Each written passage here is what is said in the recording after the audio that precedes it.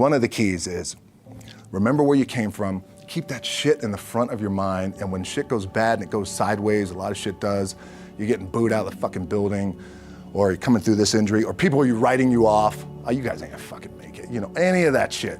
You gotta keep it in here. And it really has to, it should drive you.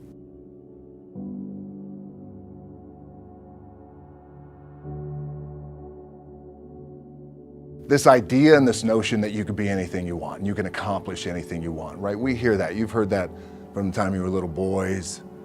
You hear that now. You're already incredibly accomplished. You can win an NBA championship, MVP of the league. You could become president. You could become governor. You could be in entertainment.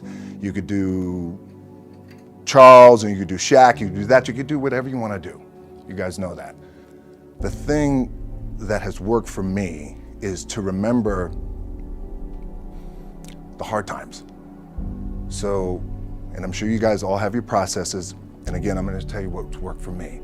So before a big movie comes out, before, back in the days when I was wrestling with WWE, a WrestleMania match, anything big that would happen, I would always take a moment and I'd just remind myself, all right, I was evicted when I was 14. We were kicked off the island. We couldn't live in Hawaii. Had no place to live. A lot of shit happened then when I moved to Nashville. I was arrested multiple times by the time I was 16 years old. I gotta remember that. If I were playing on this team, which my skills are, what's that term? Oh, the shits. So I never play. But before I lace up, before I get on the court, before I play in these big games, before I go to the Staples Center, where history is there, those are historic walls there at the Staples Center. I would remember that, and it allows me then to be present in the moment and understand, holy shit, the stuff I have around me right now, this is the shit that I dreamed of when I was a kid. I am here. I played for University of Miami, played for great teams. Warren Sapp, Ray Lewis, they were my teammates. They were balling. Warren Sapp was playing tight end that time. I was starting defensive tackle. Yeah. They moved him over to D-line. And he looked at me, he's like, yo, dude, I'm gonna take your spot. And I said, you ain't taking my fucking spot. He said, I'm gonna take your spot. I said, no, you ain't. We battled, and he took my spot. Now, you can imagine how that fucked with me, because there goes my opportunity. He went in, switched to defensive tackle, lit the world on fire. Well, what that did, it crushed me, it crushed my dreams. I had a piss poor senior year, zero production, no NFL, no combine invite, nothing. Finally went to the CFL, Calgary Stampeders, making $250 a week Canadian. Now I had to send that shit home to my wife at that time. Had no money. So I remember that. When I got cut from Canada, I had $7 in my pocket. And I always tell that story. So now my production company is $7, advertising agency is $7, everything is $7. So I always remember that. What helps me is to keep the hard times in the front of my mind, because it allows me to go into these big moments that I've worked my ass off, and you guys have worked your ass off. It allows me to go into these big moments with a different perspective. What it also does for me, and again, this is what works for me. Like, I keep my back, excuse my language, my back is up against this motherfucker every day. It's against this fucking wall. Excuse my language, ladies in the room. But it's up against this motherfucker because it's what I believe in. And when my back is against this motherfucker, then there's nowhere to go. But that way. That's it. So I feel like this could be something, an ideology and mindset that could help you, if you look at it that way. Because you made it already. We made it. We're successful boys, and we're lucky boys to be where we're at. Well, you guys made it. Everybody's rich in the room. Nobody's gonna get evicted anymore. Anything you got, there's no more money problems, right? You got a lot of hands out now. Hey, can I get a little bit? Can I get a little bit? Right, that happens. But when you make it, for me, I need this. I need this. So every day, my back is up against this motherfucker, and this is how I operate. Now, doesn't mean you don't smile, Doesn't mean you don't laugh and joke, quote, right? You're happy, I'm a happy guy. But when it comes to business and when it comes to executing, it's up against this. And I gotta go that way. And I don't give a fuck who is in front of me. They're not gonna stop me. I feel like for me, it feels seamless because you prepared for so long, but it's just like you guys prepping for a game. That's the fun part. That's where it's like, fuck, it's fun, man. People are paying their hard-earned dollars to come see you. They're cheering, they're going bananas, they're booing the shit out of you or on the road. That's fun. That's what you live for. I mean, that's the juice right there. The prep is where the character's made. And I just don't mean the character I play, I mean the character in here. So for me, the prep is getting with the director, getting with the producers, getting with the writers, so in essence, it's like getting with all your coaches and your different position coaches and all the meetings that you have to have, right? So that's the work you put in. The key for me was, where does it start? What's the anchor? What's the anchor? So I could have all these ambitions and you guys have all these ambitions, which is great. It's important. I'll play this role, you'll play that role. I'll execute this thing and it'll come out this summer. You guys will execute this thing during the summer, right? When it's time to really put in a lot more work. But the key with me is just always finding what the anchor is. And the fucking anchor is getting up at 4 o'clock in the morning every day before anybody else and grounding my thought process is in the no one will outwork me. No one. I love and I respect you guys. Motherfuckers won't outwork me. All starts with this.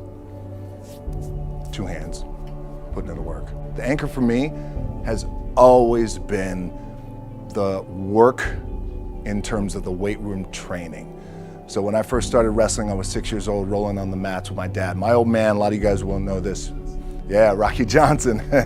My old man was Rocky Johnson. He was the first black WWF at that time. First black WWE tag team champions with Tony Atlas back in 1983. My uncles were wild Samoans. I come from a long line of pro wrestlers. But before the wrestling part happened, I was just in the gym putting in the work. At 6 years old, rolling around on the mats. And finally when I could touch weights at 13, that's what I was doing. But the weight part for me and the gym part has always has to be the anchor. Look, at the end of the day, like again, it's the kind of stuff that I talked about at top is I have to hold on to my dad in his pickup truck came down 4 o'clock in the morning, picked me up in Miami from Tampa. We lived in a little shitty apartment in Tampa. He drove down in his little pickup truck to Miami to get me when I was cut from the CFL.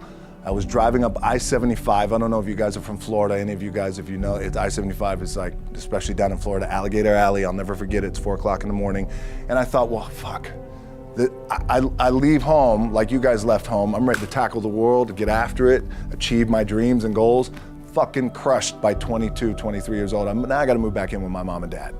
I played on great teams though. Wait a second, this is not supposed to be my future. I'm supposed to be in the NFL right now. I'm supposed to be making a lot of coin and buying my parents shit, buying me shit, taking care of my wife, but it never happened. So I pulled out my wallet, I thought, well, let me see how much money I have. I opened it up, I had a 5, a 1, and change. I'm not fucking around, well, at least I rounded up to $7. But I thought, God, ain't this a bitch? I got $7 in my pocket. Where the fuck do I go now? What do I do? I can't go back to CFL, because the point comes where you hear that voice, big run's over. Like, you're done, right? So I heard that voice. So as Coach was saying, man, I hold on to that shit. I'm telling you, my back is up against this motherfucker. We laugh, we joke, we have a good time. Press is always fun to do. Sometimes you gotta make it fun. That's another thing. You gotta do your best to make press fun if you can. But my back is still up against this motherfucker. I do not forget it. What this also helps me do, and again, it works for me, is at some point, you gotta be fucking tired of not being number one. You have to be, and you gotta fucking play angry, and I play angry. Now, I'm cool and calm with my approach, and when I step out on my field, which is a set, or, like, there's some, and you're always gonna have haters, and haters are like, well, God damn, man, how many movies are you gonna make, or how much shit are you gonna do? Like, you do a lot of shit. I say, yes, it's my ambition. Of course, why not? I could do it. Yeah, I love what I do. And not only that, but in what world do we not work every day? Doesn't mean, it's just like you guys in the off season. You gotta work every fucking day. It doesn't end. My back is up against this thing, you know, and I started to play angry, by the way, and I still play angry. My last match, Brock Lesnar, transitioned, and I realized if I had to be great at something, I wanted to be great in this world of Hollywood and movie making and producing and entertainment, I had to commit, and like you guys have to commit. Obviously, you commit to something, commit to the goal.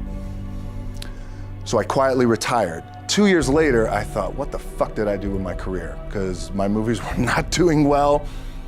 I was written off. I was like, it was around 2006, 2007. I was like, God damn. I left, I pulled a Jim Brown. I left when I was on top, like #1 in the wrestling business, and I left. It was a ballsy, gutsy, some call it stupid move, but I had to commit and I had to follow what was in my gut.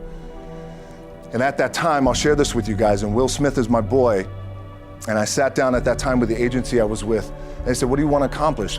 I said, I want to accomplish the world. I want the world, and I want Will Smith's career, and I said, and I mean this respectfully because I know he's here at this agency with us, I want to do it bigger and better. And they looked at me like I had 3 fucking heads, and they were like, okay.